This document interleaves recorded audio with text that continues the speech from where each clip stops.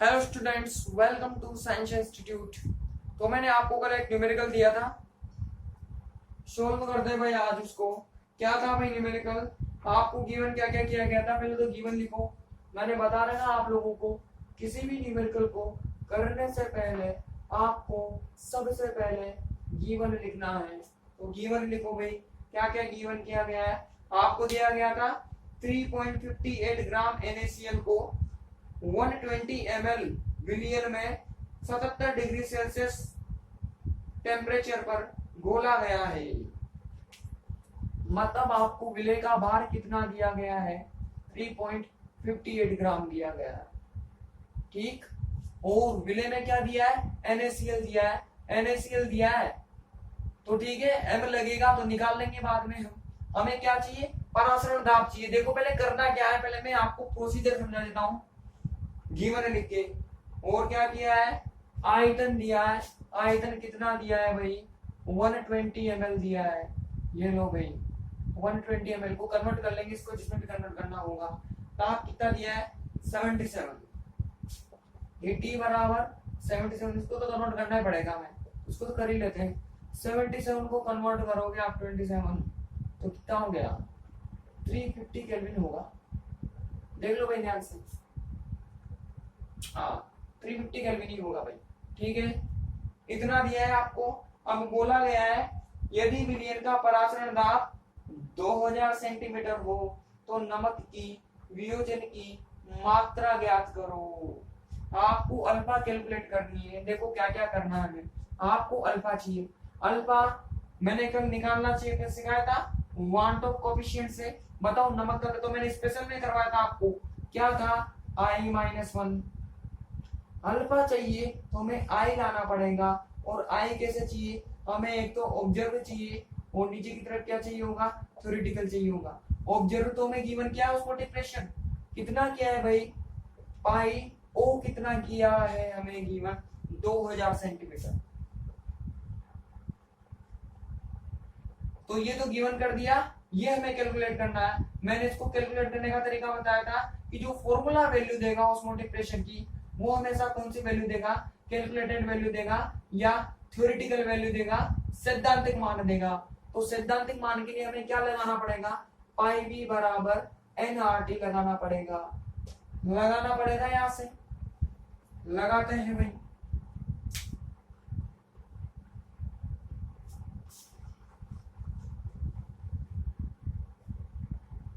ये लो भाई।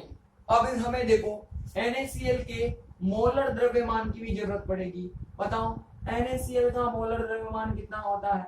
सभी को पता है, इतना होता है। यहां से n की वैल्यू पुट कर दो, पाई निकालना है उसको उधर भेजो। n की वैल्यू पुट करोगे आप तो W, और ये capital N, sorry small n, और ये क्या हो गया? V हो गया।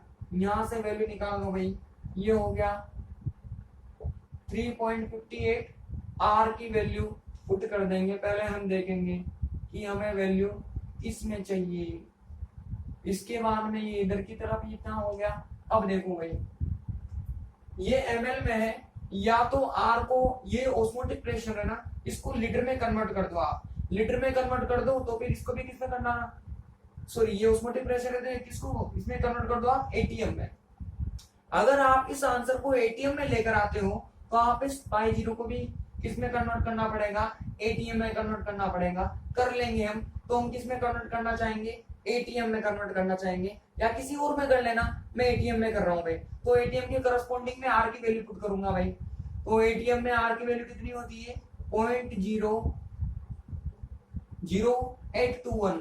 पीछे की तरफ यूनिट चलती है ना, पता है ना आपको, यहां लिख देता हूं मैं 0.0821 litre into ATM kelvin inverse, और ये क्या हो गई? मोल इनवर्स होगी, ठीक है ना। अब देखो ये लीटर में है तो यहाँ से इस वॉल्यूम को भी किस में पुट करना पड़ेगा? लीटर में पुट करना पड़ेगा। तो लीटर में कितनी वैल्यू हो जाएगी? इतनी वैल्यू होगी। बोलो होगी? सही है एकदम। तो ये हो गया 120। ये हो गया। टी की वैल्यू तो किसमें चलती है? केल्विन में। कहाँ है? 350 केल्विन हो गया, ठीक है ना। अब देखो केल्विन से केल्विन कट जाएगा, सब कुछ कट जाएगा, यहाँ से लीटर कट जाएगा, केल्विन से केल्विन कट जाएगा, ये ग्राम से ग्राम कट जाएगा, ठीक है। उसके बाद में बचेगा क्या, एटीएम बचेगा, एटीएम। तो एटीएम में यहाँ आंसर सीधा आएगा कि नहीं आएगा, पता है ना, लीटर से लीटर, केल्विन से केल्विन, ग्राम से ग्राम कट गया, और यहाँ पे सिर्फ क्या बचेगा, एटीएम बचेगा। तो ये आपका जो आंसर आएगा ये सोल्व होकर किस में आएगा भाई, एटीएम में आएगा। मैं देख लेता हूँ इधर कितने ये आ रहा है एटीएम, आप सोल्व कर लेना जो भी है इसका आंसर भाई, जो भी है सोल्व कर लेना इसको। तो यहाँ से कितना आंसर मिलेगा हमें, 14.64, सोल्व कर लेना, आपको आंसर मिल जाएगा, और किस में आएगा, एटीएम में आएगा। अब कोई बच्चा सोच रहा हो कि मोल इनवर्स का क्या हुआ, तो आपको पता है ये किस में होता है, मोल इनवर्स में ही होता है। मैंने बता रखा बार बार, ये जो अमाउंट होती है वो 1 मोल के लिए होती है, तो मोल इनवर्स में लिखोगे तो यहाँ से ग्राम तो ग्राम कटेगा, मोल इनवर्स नीचे की तरफ आएगा, वो मोल इनवर्स इस मोल इनवर्स को कैंसिल कर देगा, देखो ध्यान से। तो केल्विन गया, लीटर गया, एटीएम बच गया, सब कुछ गया, तो आंसर किस में आएगा, इसमें आएगा। ये हमने कैलकुलेट किया है, तो यहाँ पर नीचे क्या लगा दो, टी लगा दो, मतलब थ्योरेटिकल लगा दो, ये पाई हो गया।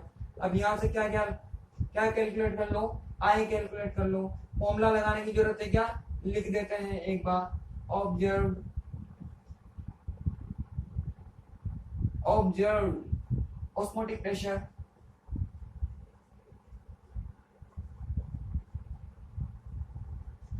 नीचे की तरफ क्या आएगा भाई, थ्योरेटिकल ऑस्मोटिक प्रेशर,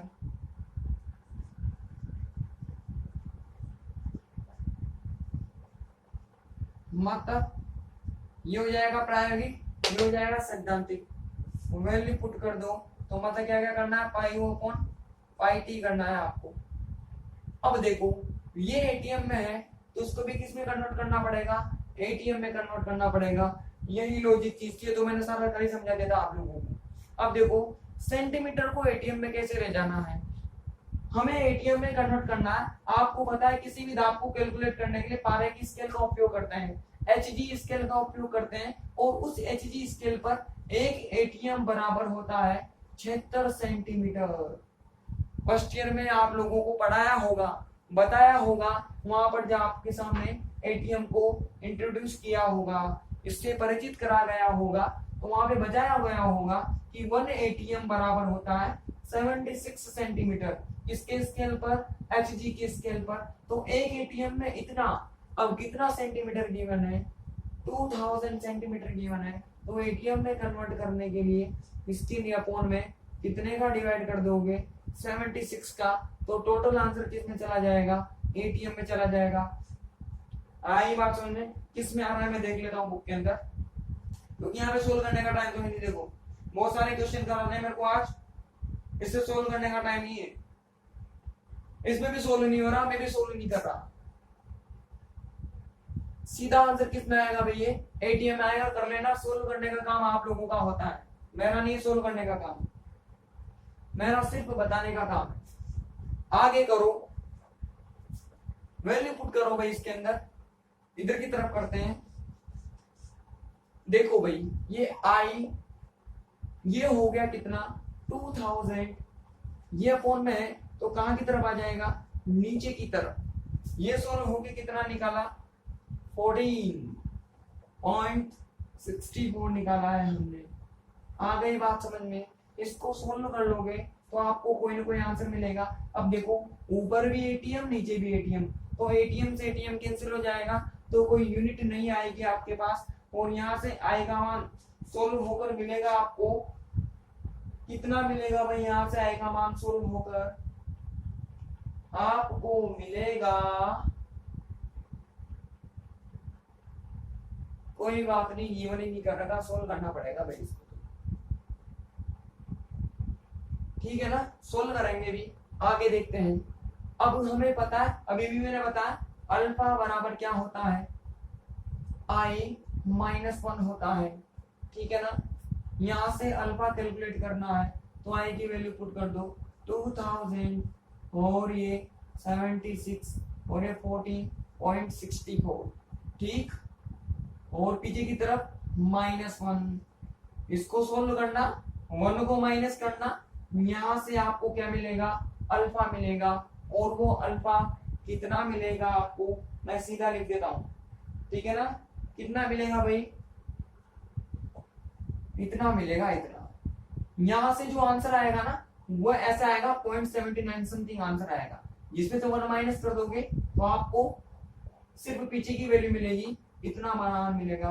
परसेंटेज में कन्वर्ट कर दोगे आप इसको तो क्या आ जाएगा भाई, इतना आ जाएगा। मतलब इसका जो वियोजन हुआ है वो कितना परसेंट वियोजन हुआ है, 79 समथिंग परसेंट। यहाँ से क्या मिला आपको, वियोजन स्थिरांक मिला। ये सारा मैं सब कुछ बता चुका था, केवल क्या था भाई, इस एटीएम को सोल्व करना था, इस वैल्यू को आपको एटीएम में कन्वर्ट करना था। अब सपोज करो ये तो हमने किसमें किया, एटीएम में किया, कोई बोले हमें तो एटीएम में नहीं करना, हमें किसके अंदर करना है, ऐसा यूनिट के अंदर करना है, तो वो भी मैं बता देता हूँ आपको कैसे होगा। देखो पहले बार की बात करते हैं, तो बार में क्या होगा, एक एटीएम बराबर तो होता है 76 सेंटीमीटर, और एक बार बराबर होता है, लिख लेना जिसको नहीं पता, 75 सेंटीमीटर। मतलब अगर सेंटीमीटर को एटीएम में करना है तो 76 का डिवाइड, अगर बार में कन्वर्ट करना है तो कितने का डिवाइड करोगे आप, 75 का डिवाइड करोगे, ठीक है। ये तो बार और एटीएम का हो गया काम। अगर आपको एसआई में जाना है, एसआई का मतलब कहां पर जाना है, पास्कल में जाना है, तो पास्कल में जाने के लिए आपको पहले एटीएम पर आना पड़ेगा, ठीक है। एटीएम पर यहां से आ जाओगे, अब आपको पता है एक एटीएम बराबर कितने पास्कल होते हैं, इतने होते हैं, लिख लेना, नहीं पता था आप लोगों को, इतने पास्कल होते हैं भाई एक एटीएम बराबर, ठीक। अगर बार में कन्वर्ट किया आपने, ये सारा का सारा न्यूमेरिकल चल रहा अपना, अगर बार में कन्वर्ट किया तो बार को आप कहां ले जाना चाहते हो भाई, इस पास्कल में ले जाना चाहते हो, तो एक बार बराबर होता है 10⁵ पास्कल, लिख लेना ये सारे मान।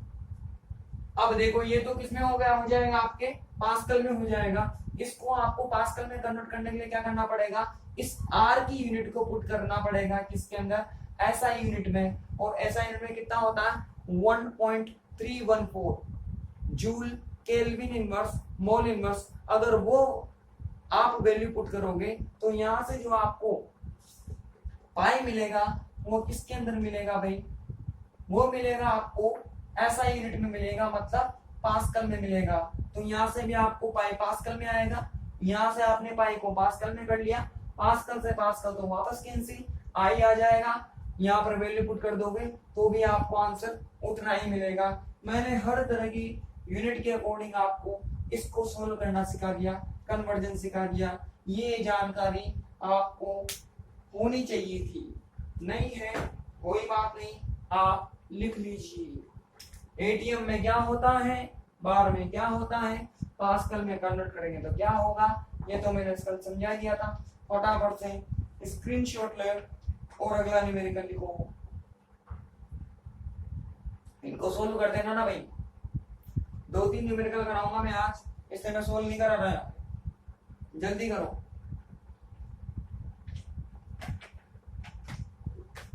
कर लिया होगा, अगला लिखो भाई फटाफट, लिखो भाई अगला। 0.3 ग्राम बेंजोइक अम्ल, 0.3 ग्राम बेंजोइक अम्ल 20 ग्राम बेंजीन में घुला हुआ है, 20 ग्राम बेंजीन में घुला हुआ है।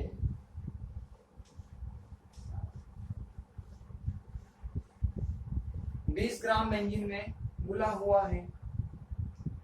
इस विलयन का हिमांक अवनमन, इस विलयन का हिमांक अवनमन 0.317 डिग्री सेल्सियस है, 0.31 डिग्री सेल्सियस है, 0.31 डिग्री सेल्सियस। अब नंबर और पॉइंट डालो, दो चीजें कैलकुलेट करनी इसमें। पहला लिखो, बेंजोइक अम्ल की संगुणन की मात्रा ज्ञात कीजिए। बेंजोइक अम्ल की संगुणन की मात्रा ज्ञात कीजिए यदि इसके दो अणु आपस में संगुणित हो जाते हैं, इसके दो अणु आपस में संगुणित हो जाते हैं। आपस में संगुणित हो जाते हैं। सेकंड पॉइंट लिखो, अम्ल का आभासी अणुभार ज्ञात कीजिए। अम्ल का आभासी अणुभार ज्ञात कीजिए। आभासी अणुभार ज्ञात कीजिए। ठीक, आपको गिवन किया गया है नीचे की तरफ, क्या क्या गिवन किया गया भाई। अब देखो बेंजीन में बोला, मैंने कहा था ना अगर जल के अलावा कोई और विलायक होगा तो आपको वो केफ लिख कर देगा नीचे की तरफ। तो इसका बेंजीन का केफ आपको गिवन किया गया है 5.1, लिख लेना, ये भी न्यूमेरिकल में गिवन है 5.1। और एक चीज और दी है आपको, क्या, बेंजोइक अम्ल का अणुभार 122 है। बेंजोइक अम्ल का अणुभार 122 है। ये सब आपको गिवन किया गया है। अब ये देखो वैसा ही पहले वाले न्यूमेरिकल में हमने वियोजन कैलकुलेट किया था, वियोजन की मात्रा अल्फा कैलकुलेट की थी, तो उसमें वियोजन वाला फॉर्मूला लगाया था। यहाँ पर संगुणन है, संगुणन है। अब n का मान मैंने कल बताया था आपको, ऐसे कुछ इक्वेशन लिखी थी मैंने कल, जहां से n क्या बताएगा कि कितने अणु आपस में जुड़े, तो उसने दिया है कि 2 अणु आपस में जुड़ गए, तो यहाँ पर n बराबर कितना होगा 2। अगर वो बोलता 3 अणु आपस में संगुणित होते हैं, 3 मॉलिक्यूल एसोसिएट होते हैं, तो n बराबर कितना हो जाता 3 हो जाता। अब आपको अल्फा कैलकुलेट करना है तो आपको पहले i चाहिए क्योंकि n तो मिल गया, और i लाने के लिए आपको कहाँ जाना पड़ेगा, उसके फॉर्मूले पर। उसमें 2 मान चाहिए आपको, थ्योरेटिकल और ऑब्जर्व। ऑब्जर्व तो दिया है, थ्योरेटिकल फॉर्मूले से आएगा जो आपको वैल्यू दी है। शुरू करो, मैं इंग्लिश वालों को लिखा था, लिखो भाई इंग्लिश वालों। 0.3 ग्राम बेंजोइक अम्ल, 0.3 ग्राम बेंजोइक अम्ल is dissolved in 20 gram benzene. Depression in freezing point is 0.317 degrees Celsius. Depression in freezing point is 0.31 degrees Celsius. 0.31 degree Celsius. Number 1 point. Calculate degree of association. Calculate degree of association if 2 molecules are associated. 2 molecules are associated. Second point, calculate experimental molar mass. Calculate experimental molar mass. Value क्या क्या किए हैं भाई, benzene अम्ल का केफ, मतलब benzene का केफ दिया आपको, बोर्ड से उतार लो 5.1, और इसका बेंजोइक अम्ल का मोलर मास गिवन है कितना 122। बेंजोइक एसिड का मोलर मास 122। शुरू करते हैं इस न्यूमेरिकल को, आसान है उसकी तरह ही। तो पहले तो आपको गिवन लिखना है ताकि हमें पता लग जाए कि क्या क्या करना है। मैंने तरीका बता दिया, हमें टारगेट किसको किया, टारगेट क्या हमारा अल्फा को कैलकुलेट करना। अल्फा आएगा कहां से, आई से। आई के लिए हमें अवनमन निकालना है क्योंकि एक तो दिया है, एक निकालना पड़ेगा हमें। तो भाई देखो जो जो चाहिए वो लिख लो पहले। W कितना दिया है 0.3 ग्राम है शायद, ठीक है ना। कैपिटल W में हमें लगेगा वो कितना है 20 ग्राम है, 20 है ना, हाँ 20 ग्राम ही है भाई, ठीक। उसके बाद में हमें एमपी चाहिए, स्मॉल एम की भी रिक्वायरमेंट है, वो भी हमें गिवन किया गया है 122 ग्राम में होता है, आपको पता ही है, ठीक। केएफ आपको गिवन किया है कितना 5.1। अब जो जो गिवन आएगा उसको इधर लिख लेंगे बाद में, फिलहाल तो इतना ही है। अब सोल्व करना शुरू करते हैं। हमें क्या निकालना है, डेल्टा टी एफ निकालना है।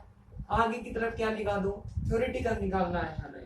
तो थ्योरेटिकल निकालने के लिए फॉर्मूला लगाओ भाई, के एफ और ये स्मॉल डब्ल्यू, ये हो गया 1000। इधर की तरफ क्या हो गया भाई, हाँ ये एम और ये हो गया कैपिटल डब्ल्यू। इतना ही होता है, सारी वैल्यूज पुट कर दो आप, ये 0.1 हो जाएगा और ये 3, ये हो जाएगा 1000 और ये हो जाएगा 122, इधर की तरफ 20 हो जाएगा। इसको सोल्व करने से आपको क्या मिलेगा, डेल्टा टीएफ थ्योरेटिकल मिलेगा। ठीक है, आ गया। अब हमें क्या चाहिए, आई चाहिए भाई। आई चाहिए तो मैं फॉर्मूला पता है क्या, फॉर्मूला होता है delta TF observe upon delta TF theoretical. Theoretical तो यहां से निकाल लिया और ये में दिया है डेल्टा टीएफ ऑब्जर्व, हमें दिया है क्या, गिवन किया गया है, कितना गिवन किया गया है 0.317, हाँ 0.317 दिया है, वैल्यू पुट करो 0.317 डिग्री सेल्सियस और यहां से ये आएगा, यहां से आएगा कितना दे गिवन किया है, वरना सोल्व करना पड़ेगा, गिवन नहीं किया होगा 0.627, कितना गिवन किया गया भाई ये 0.627 डिग्री सेल्सियस, वहां से हो गया, सोल्व कर लेना, काम आपका है सोल्व करने का। 627 डिग्री सेल्सियस, डिग्री सेल्सियस से डिग्री सेल्सियस कटेगा। अब कोई बच्चा सोचे केल्विन में क्यों नहीं चेंज किया, रहा भाई अंतर है, अंतर को केल्विन में ले जाओगे तो भी कोई खास फर्क नहीं पड़ेगा, तो हमने सीधा कर दिया क्योंकि वो कट ही जाएगा, हमें मतलब ही क्या है, कैंसिल हो जाएगा, तो डिग्री में रखो केल्विन में रखो कोई फर्क नहीं पड़ता। ठीक है, तो यहां से हमें क्या मिलेगा, आई मिलेगा और कितना मिलेगा, इतना मिलेगा भाई। आई के आने के बाद में अब हमें क्या कैलकुलेट करना है, अल्फा कैलकुलेट करना है। अल्फा का फॉर्मूला मैंने आपको कल बताया था, कितना होता है, कितना होता है, आपको पता होना चाहिए सारे फॉर्मूले। अब आपको एन दिया है ना, कितने मॉलिक्यूल आपस में जुड़े हैं भाई, 2 अणु आपस में जुड़े, बोला है उसने, ये पहला चल रहा भाई, पहले को सोल्व कर रहे भी हम, तो ये अल्फा हो गया इधर की तरफ, यहां से वैल्यू पुट कर दो, अल्फा बराबर 2, इधर की तरफ 1 माइनस, आई को यहां से सोल्व करना है, देख लेता हूं अगर गिवन किया गया है तो, वरना सोल्व करना। कितना गिवन किया है, गिवन है भाई 0.50, कितना है भाई ये 0.50 गिवन किया गया है, तो यहां से ये 0.50 हो गया और ये n हो गया 2 माइनस 1। सोल्व कर लो इसको थोड़ा सा, इसको सोल्व करोगे तो कितना आंसर आएगा भाई, ये आ जाएगा 0.50 आएगा, 0.50 को 2 से मल्टीप्लाई कर दोगे आप तो यहाँ से ये कितना आ गया, 1 आ गया, देख लो ध्यान से, 1 का मतलब क्या हो गया 100%। आई नहीं है बात समझ में, आंसर कितना आ गया 100%। ये 1 से इसको माइनस किया तो 0.50 आएगा, 2 से मल्टीप्लाई कर दोगे तो 1 आएगा, परसेंट में कन्वर्ट कर दोगे तो आपको आंसर कितना आ जाएगा 100% आंसर आ जाएगा। परसेंट में कन्वर्ट कर देना भाई इसको, तो अल्फा आ गया कि नहीं आ गया, आ गया। अभी तक हमारा पहला टाइप चल रहा है। अब देखो दूसरा, दूसरे में उसने क्या बोला है हमसे, आभासी अणुभार के लिए बोला गया है। आभासी अणुभार का मतलब होता है प्रैक्टिकल मोलर मास या एक्सपेरिमेंटल मोलर मास आपको कैलकुलेट करना है। वो भी कहां से आएगा, इसी आई से आएगा। आई को हमने कैलकुलेट कर लिया, ये हमने आई का फॉर्मूला वापस लिखा। अब किसकी फॉर्म में लिखना है, मोलर मास की फॉर्म में। जब मोलर मास होता है तो उल्टा होता है, एमटी ऊपर की तरफ और एमओ नीचे की तरफ होता है। एमटी का मान तो गिवन है, जो उसने गिवन किया है। अब देखो ये कैसे ज्ञात किया गया है, फॉर्मूले से। अब बेंजोइक अम्ल का फॉर्मूला क्या होता है, ये होता है बेंजोइक अम्ल, ऐसा होता है, सभी को पता होगा। इसमें जितने भी कार्बन है, जितने भी ऑक्सीजन है, जितने भी हाइड्रोजन है, सबको जोड़ दिया। सबको जोड़ने से जो मिलेगा वो कितना मिलेगा 122। तो ऐसे जोड़कर किसी को कैलकुलेट करोगे, ऐसे ऐड कर करके कार्बन 6 है, हाइड्रोजन इतने, इतने ऑक्सीजन, इतने वो, इतने वो, इतने वो, ऐसे करके कैलकुलेट करोगे तो वो वैल्यू क्या कहलाएगी, हमेशा थ्योरेटिकल वैल्यू कहलाएगी। अब यहाँ से आपको प्रैक्टिकल वैल्यू कैलकुलेट करनी है, तो ये ऐसे आ जाएगा एमटी, ये रहा 122 और एमओ तो आपको कैलकुलेट करना है। यहां से एमओ निकालने के लिए आपको वैल्यू पुट करनी पड़ेगी। देखो वैल्यू पुट कर दो पहले, आई बराबर कितना है 0.50, ये हो जाएगा 122, ये हो जाएगा एमओ, यहाँ से एमओ कैलकुलेट कर लो, तो क्या करना पड़ेगा, इसको इधर और इसको इधर, तो ये 122 और ये 0.50, इसको सोल्व कर लेना, आपका काम हो जाएगा। सोल्व किया हुआ है क्या, किया हुआ है तो मैं खुद ही लिख देता हूँ, किया हुआ है भाई, कितना है 240, 240 के आसपास आएगा। बोलो आया कि नहीं आया। एसोसिएशन का भी मैंने करवा दिया आपको और डिसोसिएशन का भी मैंने करवा दिया। तो पहले आप गिवन लिख लेते हो ना, तो आपको सारा मामला क्लियर हो जाएगा। अब आपको पहचानना आना चाहिए कि थ्योरेटिकल वैल्यू किसे मानना है और प्रैक्टिकल वैल्यू किसे मानना है। प्रैक्टिकल चीजें वो देगा आपको, क्योंकि उन्हें हम किसी भी फॉर्मूले से कैलकुलेट नहीं कर सकते, वो किसी विशेष प्रकार के उपकरण से आते हैं जो लेबोरेटरी में एपरेटस रखे होते हैं, उनसे कैलकुलेट किए जाते हैं प्रैक्टिकल वैल्यूज। तो हम यहाँ थोड़ी ना कैलकुलेट कर पाएंगे न्यूमेरिकल में, तो वो खुद देगा वो चीज। तो जो भी वो गिवन करेगा उसे मानोगे ऑलवेज प्रैक्टिकल।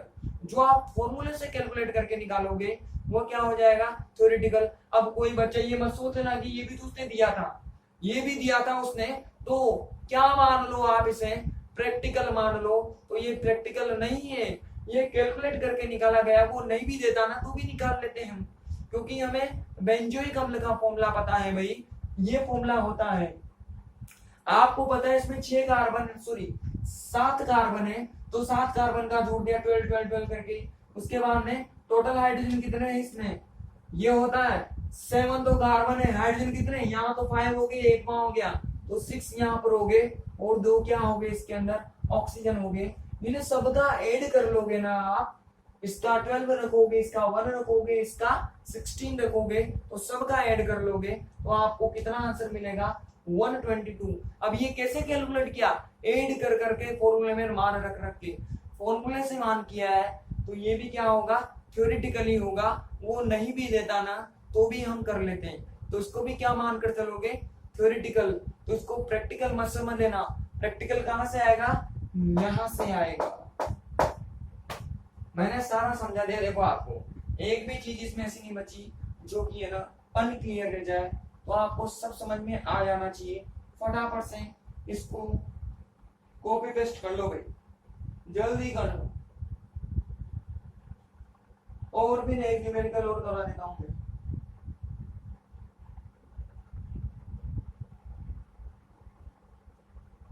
कर लिया होगा आपने, अगला न्यूमेरिकल लिखो,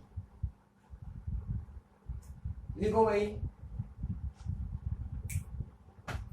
लास्ट न्यूमेरिकल आज का, फिर मैं आपको होमवर्क में दूंगा।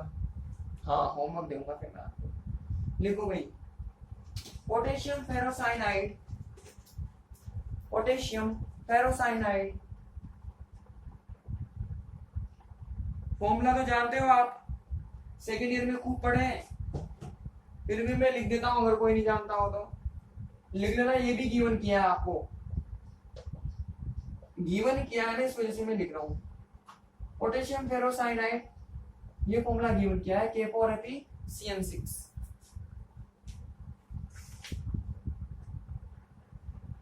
का MO/10 million SN, MO/10 million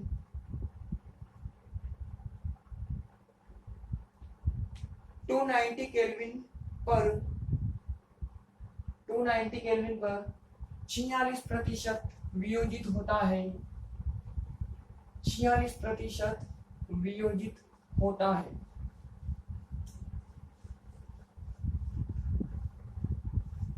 (46% वियोजित होता है। इस विलयन का परासरण दाब ज्ञात करो, इस विलयन का परासरण दाब ज्ञात करो, इस विलयन का परासरण दाब ज्ञात करो। सोचो देखे क्या होगा, आप लोग लिखो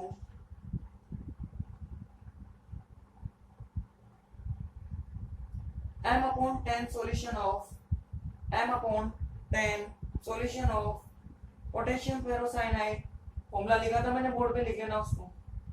M/10 solution of potassium ferrocyanide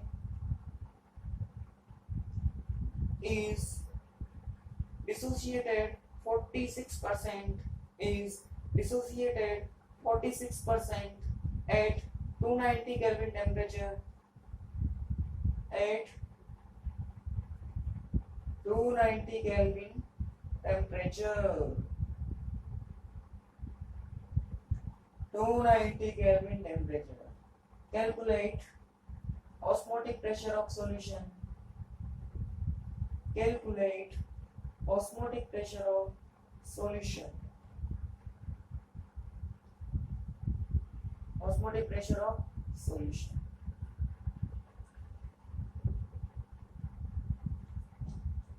तो क्या क्या गिवन किया है पहले मैं लिख देता हूं, फिर समझाऊंगा आपको करना क्या है। कुछ बच्चों को तो समझ में आ गया होगा और जिसको नहीं आ गया समझा दूंगा। देखो पहले आपको फॉर्मूला दिया है, क्या फॉर्मूला दिया भाई, K4FeCN6। ध्यान से समझ लेना, उन दोनों से अलग टाइप का न्यूमेरिकल है, उन दोनों के जैसा बिल्कुल भी नहीं है ये, ठीक है। तो यहाँ पर उसके बाद में M/10 दिया है आपने, उसने क्या दिया आपको, M/10 दिया है। ये क्या है, M का मतलब मोलरिटी, मोलरता, और मोलरता एक प्रकार की क्या होती है, सांद्रता होती है। मतलब किसकी वैल्यू दी उसने, कंसंट्रेशन की वैल्यू दी है। इसको चेंज कर लो, कितना हो जाएगा, 0.1 हो जाएगा। या तो इसको इस फॉर्म में रिप्रेजेंट करो आप, या फिर किस फॉर्म में रिप्रेजेंट करो, m को हटाकर मैं मात्रक लगाऊंगा, क्योंकि मुझे तो मात्रक चाहिए, तभी तो हमें समझ में आएगा। तो मात्रक क्या होता है, मोल लीटर इनवर्स इसकी यूनिट होती है। और टेम्परेचर भी दिया है उसने आपको, कितना दिया है, 290। टी भी उसने गिवन किया है, 290 केल्विन गिवन किया है भाई। उसके बाद में अल्फा भी दिया उसने, कितना, 46%। रिमूव करो परसेंट को, क्योंकि परसेंट हमारे काम का नहीं होता, वो तो सिर्फ लिखने के लिए होता है। फॉर्मूले में वैल्यू कैसे होती है पुटिंग, बिना परसेंट के। तो ये हो गया। अब आपसे पूछा गया है ऑस्मोटिक प्रेशर। अब उसने यहाँ पर ऑस्मोटिक प्रेशर पूछा है, तो सीधी बात है वो कौन सा पूछा होगा, प्रैक्टिकल ऑस्मोटिक प्रेशर पूछा होगा। क्योंकि थ्योरेटिकल क्यों पूछेगा वो, उसकी तो थ्योरेटिकल को कैलकुलेट करने के लिए उसने क्या दे दी, वैल्यू दे दी। थ्योरेटिकल पूछता तो क्वेश्चन यहाँ नहीं होता, क्वेश्चन कहाँ होता, बहुत पहले होना चाहिए था।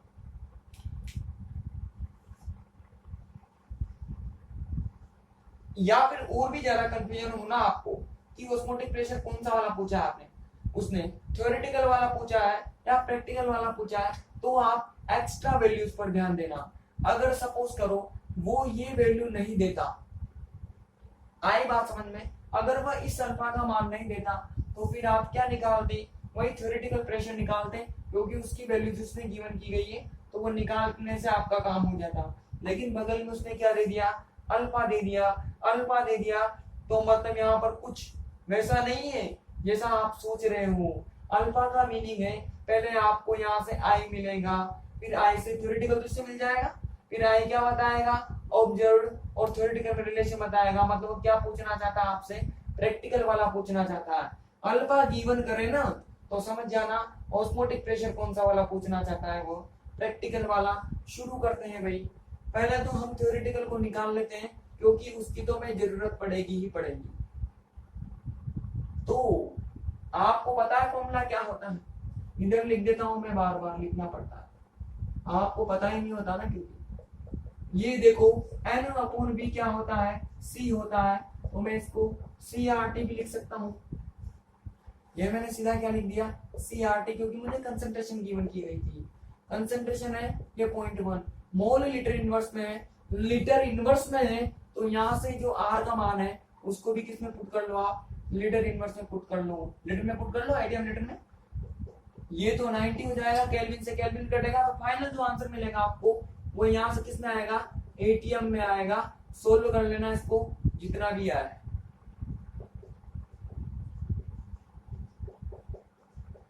किसमें आएगा भैया आंसर, ATM में आएगा। सोल्व कर लेना इसको जितना भी आएगा। T निकल गया। अब कहाँ की तरफ बढ़ते हैं, I को निकालने की तरफ बढ़ते हैं। I बराबर क्या होता है, ये होता है पाई O अपॉन पाई T। ये तो हमें चाहिए, ये गिवन कर दिया, तो हमें पहले क्या चाहिए भाई, I चाहिए। I के लिए उसने क्या गिवन किया है, हमें अल्फा गिवन किया है। तो इस अल्फा की सहायता से I को लेकर आते हैं, फिर बाद में ये फॉर्मूला लगाएंगे हम। अब देखो हम जानते हैं, क्या जानते हैं भाई, अल्फा बराबर होता है I-1 और N-1 जब क्या हो, वियोजन हो, और वियोजन होगा आपको पता है। देखो भाई वियोजन कैसे होगा, ये जो K4 FeCN6 है ये टूटेगा, किस किस में टूटेगा, ये यहां से 4 तो पोटेशियम K+ बनेंगे और साथ में एक क्या बनेगा, FeCN6-4 बनेगा। तो टोटल यहां से कितने आयन मिले आपको, 5, 4 + 1, टोटल आयन कितने हो गए, 5 हो गए।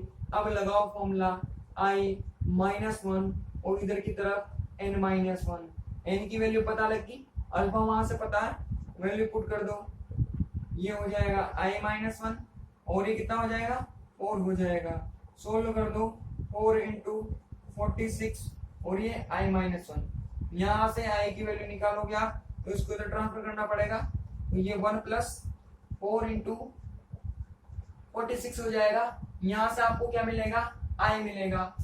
अब देखो I बराबर क्या होता है, πO/πt। I यहां से मिल गया 1 + 4 × 46 और ये πO तो हमें निकालना है, और यहां से πt हमें पता है, πt का मान कितना है, ये इतना है, इतना सोल्व करना है इसको, कितना आंसर आता है, और ये 290।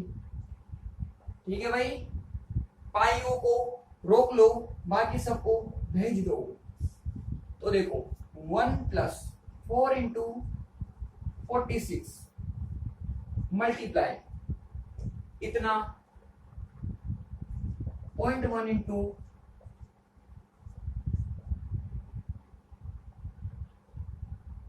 मल्टीप्लाई कितना 290। सोल्व कर लोगे तो यहां से आपको πO मिलेगा, और वो किसके अंदर मिलेगा, ATM में मिलेगा।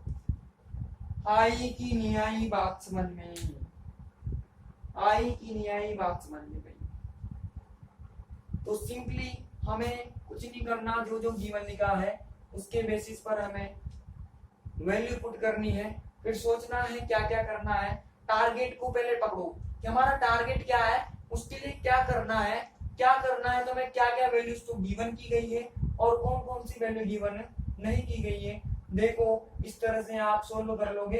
देखो हमने एक ही काम किया है, पहले अल्फा निकाला था, अब यहाँ पे हमें अल्फा गिवन कर दिया और हमें पाइओ पूछ लिया। पहले पाइओ गिवन कर रहा था बाकी सारे एग्जांपल्स में, तो अल्फा पूछ रहा था, अल्फा को गिवन कर दिया तो पाइओ उसने पूछ लिया, उल्टा कर दिया। मैंने दोनों तरह की न्यूमेरिकल आपको करवा दिए, ठीक है, इसको कर लो। एक में न्यूमेरिकल आपको घर से करने के लिए दे देता हूँ, प्रैक्टिस करना उसकी घर पे, आते ही नहीं आते फटाफट इसका स्क्रीनशॉट लो भाई, जल्दी लो, ठीक। अब लिखो फटाफट न्यूमेरिकल।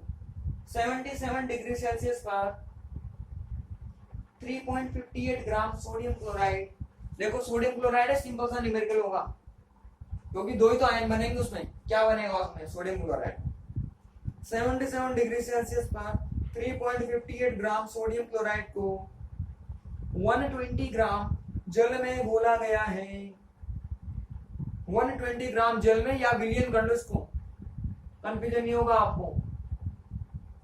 120 ग्राम विलियन में, अब जल है तो ग्राम बोला मैंने बताया था ना, जल की केस में दोनों सेम होते हैं, डेंसिटी 1 होती है, ग्राम बोलो या ml बोलो दोनों का मान सेम ही है, तो आप सीधे ml में कर लो, कोई कंफ्यूजन ही नहीं होगा। और ध्यान रखना जल के केस में डेंसिटी 1, तो वो ग्राम दे या ml दे, दोनों का एक ही मीनिंग है। तो 120 ml जल में या 120 ml विलियन में घोला गया है, 120 ml विलियन में घोला गया है। विलियन का परासरण दाब, विलियन का परासरण दाब 2.66 पास्कल है, 2.66 पास्कल है। रिपीट कर रहा हूं मैं एक बार और, 77 डिग्री सेल्सियस पर 3.58 ग्राम सोडियम क्लोराइड को 120 ml विलियन में घोला गया है। विलयन का परासरण दाब 2.66 पास्कल है। विलय के वियोजन की मात्रा ज्ञात करो।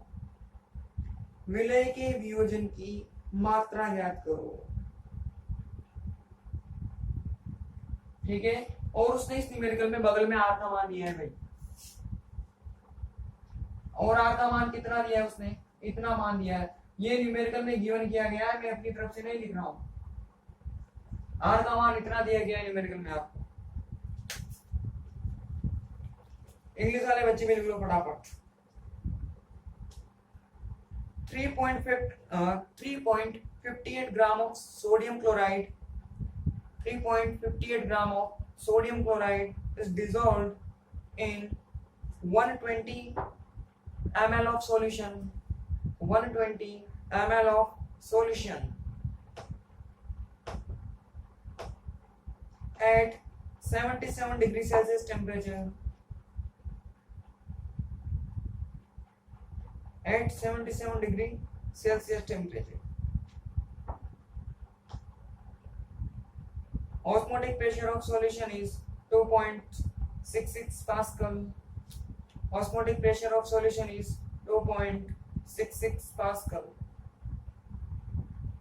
Calculate degree of dissociation. Calculate degree of dissociation. और आर का मान कितना दिया है, इतना। अगर आप लोगों ने ध्यान से देखा हो ना, तो ये न्यूमेरिकल तो वैसा ही है जैसे मैंने स्टार्टिंग में कल दिया था आपको। देखो सारी वैल्यूज तो वही दे दी उसने, केवल क्या बदला है, ऑस्मोटिक प्रेशर को बदला है। उस वाले न्यूमेरिकल में 2000 सेंटीमीटर दिया था, और यहाँ पर ऑस्मोटिक प्रेशर किस में दे दिया आपको, ऐसा यूनिट में दे दिया, पास्कल में दे दिया।